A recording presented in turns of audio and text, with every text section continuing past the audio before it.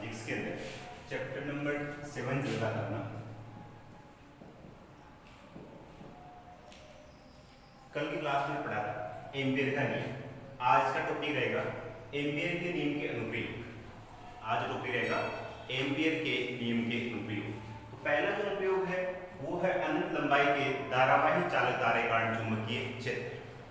दो इसके अनुप्रयोग है। पहला अनुप्रयोग आता है अनंत लंबाई के धारावाही चालक तारे कारण उत्पन्न चुंबकीय क्षेत्र। दूसरा आता है बेलनाकार धारावाही चालक तारे कारण उत्पन्न चुंबकीय क्षेत्र। दो प्रकार के चालक तार हैं। पहला है अनंत लंबाई के धारावाही चालक तारे कारण उत्पन्न चुंबकीय क्षेत्र। दूसरा है बेलनाकार धारावाही चालक तारे कारण उत्पन्न चुंबकीय क्षेत्र। तो अनंत लंबाई के सीधे धारावाही चालक तारे कारण चुंबकीय क्षेत्र का मान ज्ञात करने के लिए सबसे पहले क्या करेंगे, एक अनंत लंबाई का चालक तार काम में लेंगे। इस प्रकार से एक अनंत लंबाई का चालक तार काम में लेंगे।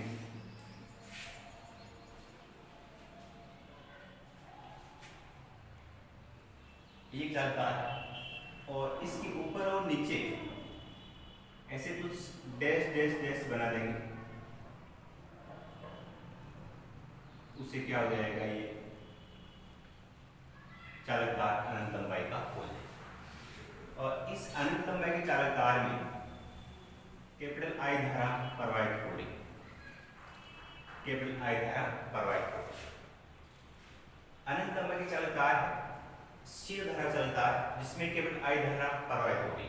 इसके किसी बिंदु O से स्मॉल r दूरी पर, इसे किसी बिंदु O से स्मॉल r दूरी पर स्थित कोई बिंदु P, इस बिंदु P पर चुंबकीय क्षेत्र का मान ज्ञात है। बात समझ आ रही? अपना टॉपिक था अनंत लंबाई के सीधे धारावाही चालक तारे कारण उत्पन्न चुंबकीय क्षेत्र। एक अनंत लंबाई का सीधा धारा चालक तार है जिसमें केवल I धारा प्रवाहित हो रही। इसे किसी बिंदु O से स्मॉल r दूरी पर स्थित बिंदु P पर चुंबकीय क्षेत्र का मान ज्ञात है। ठीक है, तो किसी भी धारा चालक तार का उत्पन्न चुंबकीय क्षेत्र वृत्ताकार धाराओं के रूप में, वृत्ताकार रूप में। ठीक है, तो आपने पढ़ा था दाएं हाथ के अंगूठे का नियम। किसी भी धारा चालक तार में उत्पन्न चुंबकीय क्षेत्र की दिशा ज्ञात करने के लिए दाएं हाथ के अंगूठे का नियम काम में आता है। दाएं हाथ के अंगूठे के नियम के अनुसार क्या होता है, यदि किसी धारावाही चालक तार में धारा की जो दिशा है वो दाएं हाथ के अंगूठे के द्वारा प्रदर्शित किया जाए तो मुड़ी हुई अंगुलियां चुंबकीय क्षेत्र को प्रदर्शित करती है। ठीक है, तो ये जो धारा चालक तार है इसमें चुंबकीय क्षेत्र वृत्ताकार रूप में होगा। तो क्या करेंगे, स्मॉल r त्रिज्या का एक वृत्ताकार पथ काम में लेंगे। इस धारावाही चालक तार के चारों ओर स्मॉल r त्रिज्या का एक वृत्ताकार पथ काम में लेंगे। इसके बिंदु P पर चुंबकीय क्षेत्र का मान ज्ञात करना है। ये कोई बिंदु P है। इस बिंदु पर P पर चुंबकीय क्षेत्र का मान ज्ञात करने के लिए यहाँ पर कोई अल्पांश लेंगे dl सदिश के रूप में क्या हो जाएगा, dl सदिश। ये आपका बिंदु P। अब वृत्ताकार पथ के किसी भी बिंदु पर चुंबकीय क्षेत्र की दिशा उस बिंदु पर वृत्ताकार पथ के किसी बिंदु पर चुंबकीय क्षेत्र की दिशा उस बिंदु पर खींची गई स्पर्श रेखा के अनुदिश होती है। उस बिंदु पर खींची गई स्पर्श रेखा के अनुदिश होती है। तो ये दिशा किसकी हो जाएगी, चुंबकीय क्षेत्र d सदिश की। और ये कौन सा आपका बिंदु P,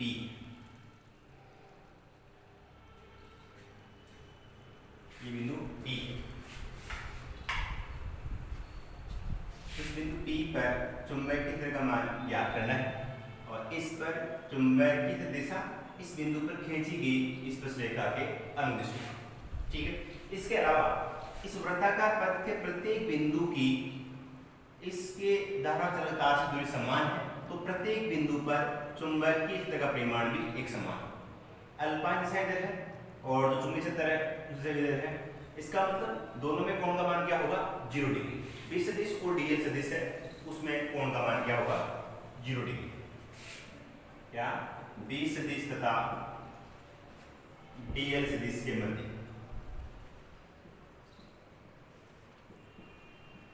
कोण 0 डिग्री। बी सदिश और डीएल सदिश के मध्य कोण क्या होगा? 0 डिग्री। बात समझ आ रही? क्या बताया? एक अनंत लंबाई का सिर धारा चलता है, इसके कारण चुंबकीय क्षेत्र का मान ज्ञात है। तो इसके लिए क्या होगा? सबसे पहले एक अनंत लंबाई का धारावाही चालक तार काम में लेते हैं, जिसमें केवल I धारा प्रवाहित हो रही है। इसे किसी बिंदु O से स्मॉल r दूरी पर स्थित बिंदु P पर चुंबकीय क्षेत्र का मान ज्ञात है। तो बिंदु P पर चुंबकीय क्षेत्र का मान ज्ञात करने के लिए स्मॉल r त्रिज्या का वृत्ताकार पथ काम में लेते हैं, जिस पर कोई अल्पांश dl सदिश होगा, और इसके बिंदु P पर चुंबकीय क्षेत्र की दिशा इस बिंदु पर खींची गई स्पर्श रेखा के अनुदिश होगी। चूंकि B सदिश और DL सदिश दोनों एक दिशा में हैं, कोण का मान क्या होगा? 0 डिग्री। इसके अलावा इस वृत्ताकार पथ के प्रत्येक बिंदु की इस धारावाही चालक तार से दूरी एक समान है, जिसके कारण इस वृत्ताकार पथ के प्रत्येक बिंदु पर चुंबकीय क्षेत्र का मान एक समान होगा। ठीक है, तो एम्पीयर का नियम यहाँ पे काम में लेना है। एम्पीयर के नियम से क्या होता है?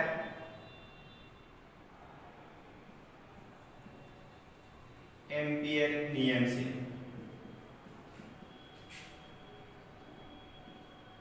बंद का समाकलन B सदिश डॉट DL सदिश is equal to mu naught sigma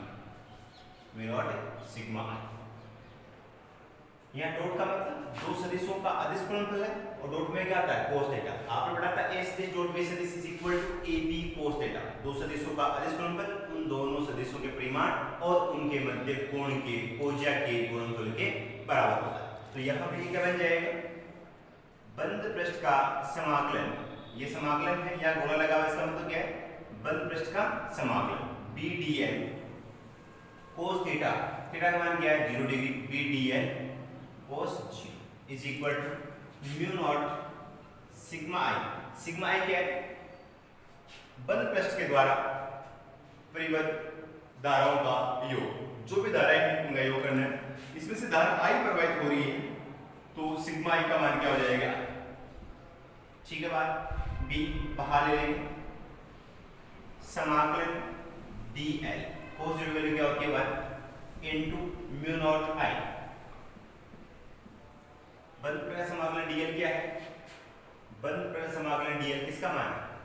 DL अल्पांश की लंबाई है, इसका समाकलन किया तो इस पूरे वृत्ताकार पथ की लंबाई। इसको इक्वेशन नंबर 1 पे, चूंकि बंद पृष्ठ समाकलन DL is equal to 2 pi r। ये इक्वेशन नंबर क्या हो गया? DL क्या है? अल्पांश लंबाई। इसका समाकलन किया तो इस पूरे वृत्ताकार पथ की लंबाई इस वृत्त की परिधि के बराबर होगा। वो क्या हो जाएगा? 2 पाई r। इक्वेशन नंबर 2 से वैल्यू रखेंगे आप 1 में,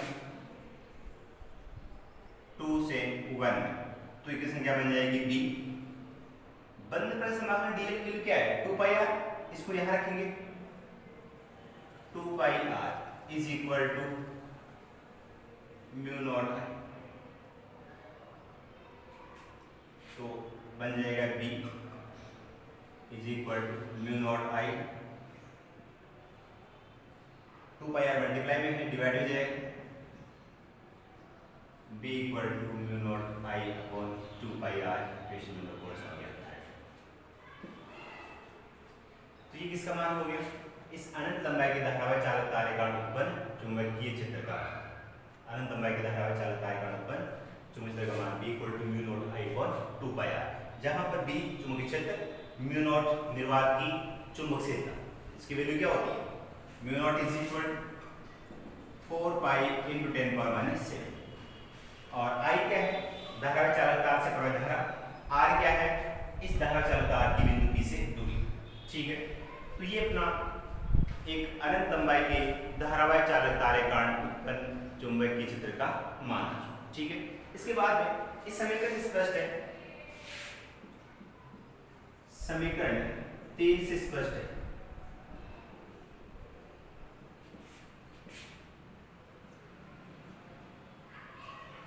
क्या स्पष्ट है? बी का मान प्रवाहित धारा के समानुपाती हो। बी का मान है वो क्या होगा? इसके द्वारा प्रवाहित धारा के समानुपाती तथा दूरी के व्युत्क्रमानुपाती। जो चुंबकीय क्षेत्र है इसका मान धारावाही चालकता से उस बिंदु की दूरी के व्युत्क्रमानुपाती होगा। अगर बी और आर के मध्य ग्राफ बनाया जाए, एक तो हो गया बी, एक हो गया आर। बी और आर में ग्राफ बनाया जाए, व्युत्क्रमानुपाती है तो ग्राफ इस प्रकार से है। इसका मतलब क्या है? अगर दूरी का मान बढ़ाएंगे तो चुंबकीय का मान कम होगा, दूरी का मान कम करेंगे तो चुंबकीय का मान बढ़ेगा। तो ये बी और आर के मध्य ग्राफ, इधर तो है आपका चुंबकीय बी, इधर क्या इसकी दूरी। तो बी और आर के मध्य क्या हो गया? ग्राफ। तो ये एम्पीयर के नियम का पहला अनुप्रयोग था। वास्तव में आगे अनंत लंबाई के सीधे धारावाही चालक तारेगण उत्पन्न चुंबकीय क्षेत्र।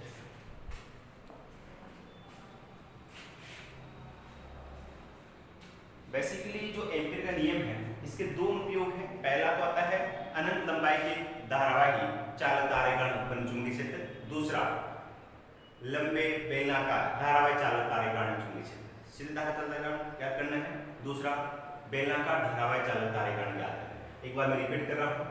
टॉपिक था अपना अनंत लंबाई के सीधे धारावाही चालक तारेगण उत्पन्न चुंबकीय क्षेत्र। सर्वप्रथम क्या करेंगे? एक अनंत लंबाई का सीधा धारावाही चालक तार काम में लेंगे। अनंत लंबाई का धारावाही चालक तार प्रदर्शित करने के लिए इस धारावाही चालक तार के ऊपर और नीचे इस प्रकार से डॉटेड प्रदर्शित करते हैं। इस धारावाही चालक तार में आई धारा प्रवाहित हो रही। धारावाही चालक तार किसी बिंदु O से स्मॉल r दूरी पर स्थित बिंदु P पर चुंबकीय क्षेत्र का मान ज्ञात करना है। इसके लिए स्मॉल r त्रिज्या का वृत्ताकार पथ काम में लेते हैं। इस वृत्ताकार पथ के प्रत्येक बिंदु की इस धारावाही चालक तार से दूरी समान है, तो वृत्ताकार पथ के प्रत्येक बिंदु पर चुंबकीय क्षेत्र का मान भी एक समान होता है। ठीक है बात। दूसरी बात, यहाँ पर अल्पांश लेंगे dl सदिश। इस अल्पांश के किसी बिंदु P पर चुंबकीय क्षेत्र दिशा इस बिंदु पर खींची गई स्पर्श रेखा के अनुदिश होगा। अर्थात वृत्ताकार पथ के किसी भी बिंदु पर चुंबकीय क्षेत्र की दिशा उस बिंदु पर खींची गई स्पर्श रेखा के अनुदिश होगा। उसके बाद में यहाँ पर जब b सदिश आपका इधर है, अल्पांश dl सदिश इधर है, दोनों एक दिशा में हैं, कोण का मान क्या होगा? 0 डिग्री। एम्पीयर का नियम क्या होता है? बल प्रवेश समाकलन b सदिश डॉट dl सदिश equal to mu naught sigma i। b dl cos 0 dot का मतलब क्या होता है? cos। तो cos 0 is equal to mu naught i। b बाहर आ जाएगा, बल प्रवेश समाकलन dl equal to mu naught i हो जाएगा। और बल प्रवेश समाकलन dl इक्वल टू क्या है? 2 पाई r। ये वैल्यू यहां रखेंगे तो b * 2 pi r equal to mu naught i। b is equal to mu naught i पर 2 पाई r। किसका मान आ गया? एम्पीयर के नियम से अनंत लंबाई के धारावाही चालक तारेगण पर चुंबकीय क्षेत्र का मान आ। ठीक है। और इस चुंबकीय क्षेत्र की दिशा किसी बिंदु पर अर्थात उस पथ पर खींची गई स्पर्श रेखा के अनुदिश होगा। यहाँ पर b का मान i पर निर्भर कर रहा है, b का मान r पर निर्भर कर रहा है। b का जो मान है वो i के समानुपाती है, b का मान है वो r के व्युत्क्रमानुपाती है। r के क्या है? व्युत्क्रमानुपाती। दोनों पद ग्राफ बनाएंगे तो ग्राफ इस प्रकार से आएगा। इस ग्राफ से क्या स्पष्ट है? अगर धारावाही चालक तार से उस बिंदु की दूरी को बढ़ाएं तो चुंबकीय क्षेत्र का मान कम होगा, अगर दूरी के मान कम करें तो चुंबकीय क्षेत्र का मान बढ़ता है। ये फर्स्ट आपका अनुप्रयोग हो गया।